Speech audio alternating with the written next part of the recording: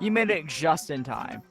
Chef and Froggy, we're heading on a special field trip beyond the stars. Today's trip to explore how space affects the human body.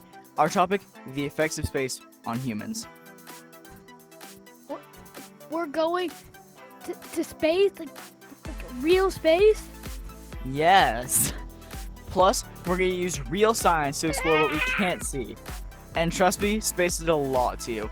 Let's start with 5 major facts that other astronauts have discovered while floating up there. Come on, let's go.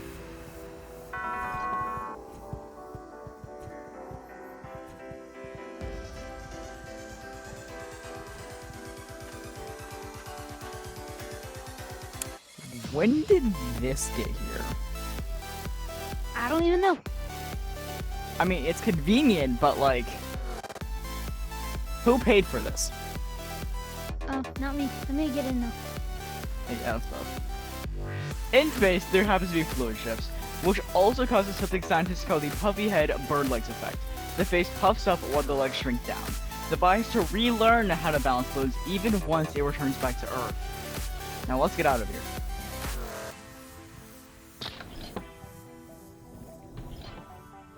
Next up, your vision. In space, fluids shift towards your head. This puts pressure behind your eyes. Ow. Causing blurry vision or a condition called SANS. Spaceflight Associated Neuroocular Syndrome. Some astronauts even need glasses afterwards. That does not sound fun. Try and go to space for a fun time and you end up needing glasses. No, that does not sound fun. Next up, sleep problems. Let me guess. Sleeping in space is completely weird. Exactly. On Earth, our brains know when it's time to rest because of natural light and darkness. But in space, the sun rises only every 90 minutes above the International Space Station. That throws off your circadian rhythm, which is basically your sleep schedule, which causes astronauts to sleep if they don't feel that well rested.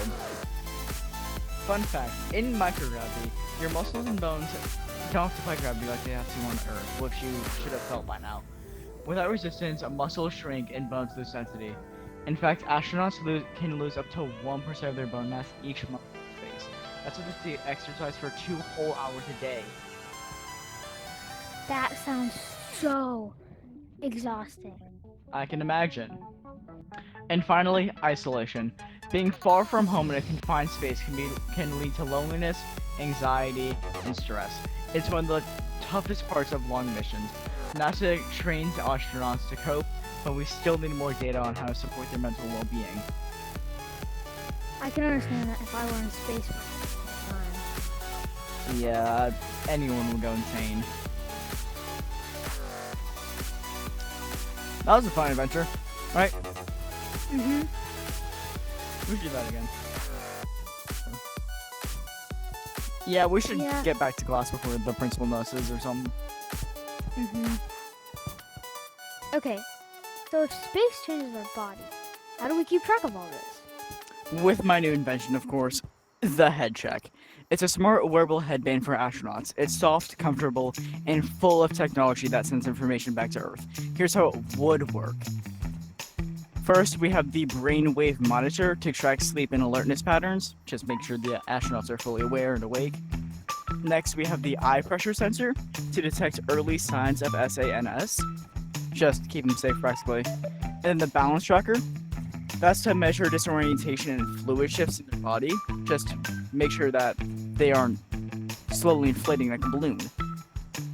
So it's like a science lab collecting data on your head. Yeah.